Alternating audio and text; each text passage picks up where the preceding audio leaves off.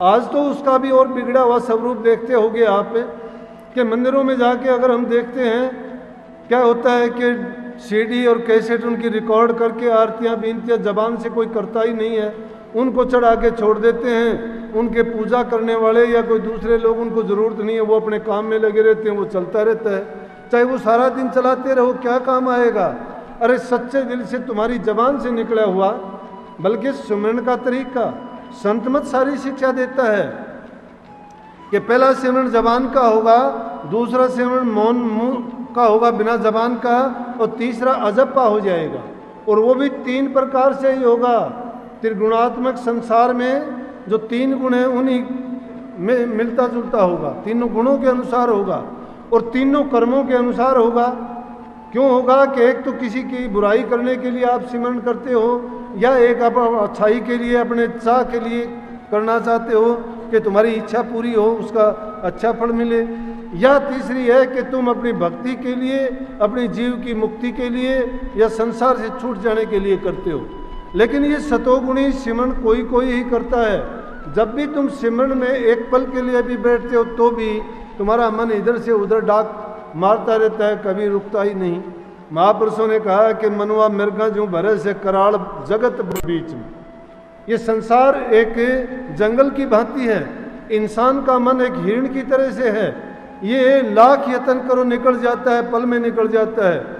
लेकिन जिसने गुरु की ओट ली है और जिसने गुरु के बंधन में बंध गया है और जो पूर्ण रूप से गुरु को मानता है, इसलिए कहीं गुरु के समान कोई देव नहीं है। क्यों नहीं है कि देव नाम देने वाले का है, देवता है। गुरु ने हमको ज्ञान दिया, गुरु ने हमारा अज्ञान मिटा दिया।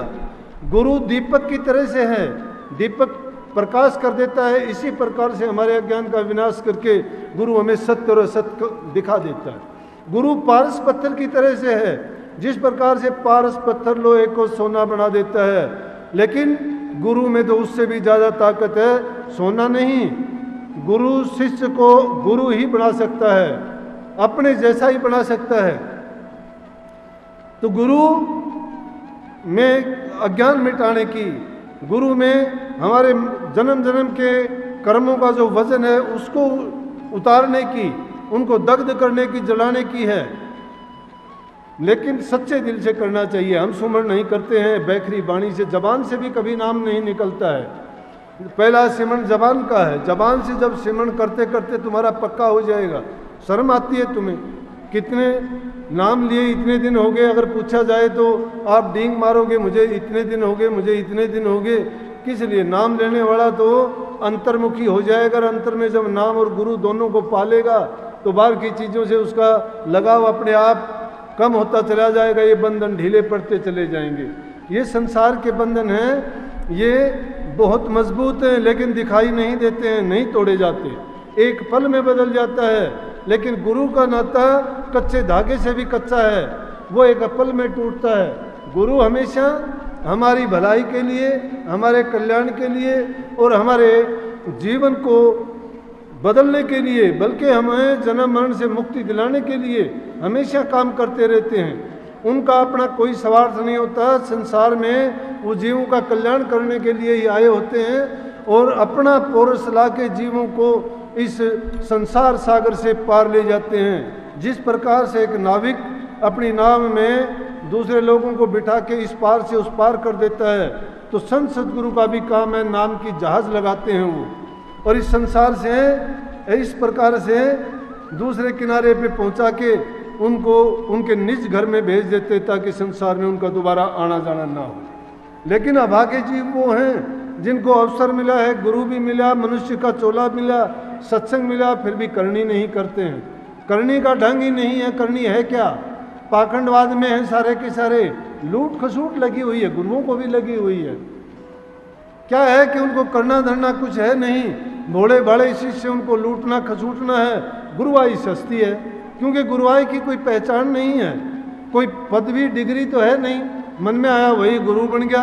किसी ने कह दिया कि मुझे तो फलाने गुरु ने सपने में कह दिया था, किसी ने कह दिया कि मुझे तो पहले ही हुक्म दे दिया था कि तू गुरु है, तू ये किया कर, वो किया कर। अरे गुरु नाम तो उसका है जिसने नाम की कमाई की है, जो शब्द से जुड़ गया है नाम की कमाई करके, जिसने अपने भ्रम खुद के निकाल दिए वही दूसरे के भ्रमों को तोड़ सकता है। लेकिन एक बुझा हुआ दीपक जिसके पास खुद के पास ज्ञान नहीं है, जो खुद को समझ नहीं है और खुद डूबा हुआ है, उन शिष्यों को भी ले डूबेगा। ये अंधा अंधे की लकड़ी पकड़ के कैसे ही संसार से पार कर देगा? वो खुद तो डूबेगा लेकिन उनको भी ले डूबेगा। कोई आदमी किसी को अच्छा बोलता है तो वो उसको अच्छा नहीं बोलता, वो स्वयं को अच्छा बोलता है। वो प्यार देता है, वो प्यार देता नहीं, वो प्यार लेता है। कोई किसी की इज्जत और सम्मान करता है, वो उसके बदले में उससे ज्यादा इज्जत और सम्मान लेता है। लेकिन कोई अगर किसी को बुरा बोलता है, वो बुरा ना तो बोलेगा ना कहेगा, लेकिन लौट के उसके पास बुराई आएगी। ये नियम है कुदरत का, लॉ ऑफ नेचर जो कहते हैं वो ये है। करोगे वैसा आपको भोगना पड़ेगा। लेकिन जिस काम में आप लगे हो ये बातें उसके लिए तो जरूरी है। मुख्य बात है नाम की। नाम भक्ति में अगर मन लगाओगे, जितना मन लगाओगे उतना ही तुम्हारे अंदर शुद्धता आती चली जाएगी, पवित्रता आती चली जाएगी, ये बुराइयां बाहर निकलती चली जाएंगी। ये नहीं है कि तुम उनको पकड़ पकड़ के, कोई भेड़ बकरियां नहीं है कि मन से पकड़ पकड़ के निकालोगे, नहीं। ये नित्य प्रति का अभ्यास है। अपनी जांच और निरख परख करनी चाहिए। तुम्हारे साथ बीतने वाली घटनाओं से सीख लेनी चाहिए कि मैंने कितना किसी का विरोध किया, कितनी मेरे दिल में ईर्ष्या आई, कितने मेरे दिल में निंदकों के प्रति बुरे भाव आए। अगर वो आते हैं तो उनके लिए समय बर्बाद ना करो। उस टाइम तुम्हारे विवेक की जरूरत है, अपने विवेक को जगाओ। उस समय तुम्हें उस गुरु के ज्ञान की जरूरत है। कह तो देते हो कि गुरु का ज्ञान प्रकाश कर देता है हृदय में, अज्ञान को मिटा देता है। कह भी देते हो गुरु ने निहाल कर दिया। निहाल कहां से हुए? प्रकाशित कहां हुए आप? अज्ञान कहां हुआ? दिल का अंधेरा दूर कब हुआ? अगर वो अंधेरा दूर हो जाता, ये अज्ञान भी दूर हो जाता, तो आप इन चीजों के प्रपंच में नहीं पड़ते। वो अंधेरा दूर होने पे तो आप सोचते कि जो टाइम मैं वाहियात की बातों में लगाता हूं, अगर वो समय मैं अपने नाम भक्ति में, उसके सुमरण में लगाऊं तो अच्छा है। वो सुमरण जरूरी नहीं है कि तुम आंखें बंद करके बंद कमरे में ही बैठ जाओ। तुम्हारे सामने चाहे लाखों ढोल बजते रहो, तुम्हारी विचारों की अगर धारा चलती है तो तुम्हें कोई चीज विचलित नहीं कर सकती। लेकिन अभ्यास करना पड़ेगा उसके लिए। जीवन में जो आदमी एक बार अभ्यास करके उस स्थान पर टिक जाता है, फिर तुम्हारे सामने कुछ भी होता रहे तुम्हारी वहीं पर। क्यों कबीर साहब ने कही कि बैठे उठे खड़े उताने, कहें कबीर हम उसी ठिकाने। चाहे बैठे रहो, चलते रहो, फिरते रहो, खाते रहो, कोई बात करते रहो, सुनते रहो बातों को भी, लेकिन अंतर की वृत्ति जिसकी लग चुकी है उसको ये चीजें उस पर कोई दखल नहीं दे सकती, उसके विचारों को हिला नहीं सकती। अपने विचारों को पुख्ता करो अंदर में। जब एकांत में बैठ, जरूरी नहीं है एकांत में अपने कमरे में 1 घंटे के लिए बैठ जाया करो, ध्यान में मत बैठना, लेकिन उस समय में सत्संग और विचार किया करो। बस विचार किया करो, और उस विचार करते समय दुनियादारी की चीजों का नहीं, सत्संग का, सत्संग के सिद्धांतों का, नियम का, नाम के सुमरण का, महापुरुषों की जीवनी का, किसी का भी जब उनका ख्याल करोगे स्वयं ही पवित्र होते चले जाओगे। कई लोग तो इस चीज को बड़ा मान लेते हैं कि हम जो है 10 मिनट के लिए बैठते हैं, आंख बंद कर ली, कान बंद कर लिए और जबान बंद करके नाम का सुमरण कर लिया। अरे नाम का सुमरण कहाँ किया? सुमरण तो उस समय में और ही चलते हैं। वो चीजें विचलित बड़े बड़े महात्माओं को भी करते हैं। ये मन बड़ा शैतान है, यो इंसान को आकाश से भी धड़ाम देसी जमीन पे गिरा देता है। इसलिए इसकी निरख परख रोजाना करनी पड़ती है। अपने आप को जब पहचान जाओगे ना, अंदर में ज्यों ज्यों प्रवेश करोगे, ज्यों ज्यों चिंतन करोगे, चिंता नहीं करो, चिंतन करो।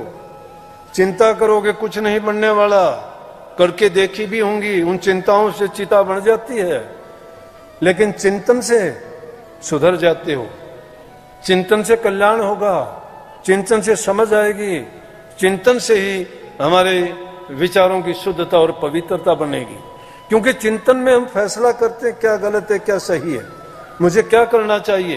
तुम्हारा अपना विवेक जवाब देगा कि ये करने में अच्छा है। अगर उस टाइम में तुम अपना विवेक खो देते हो, चिंतन नहीं करते हो, जो मन में आ कर देते हो, उसका परिणाम कभी सही नहीं होगा।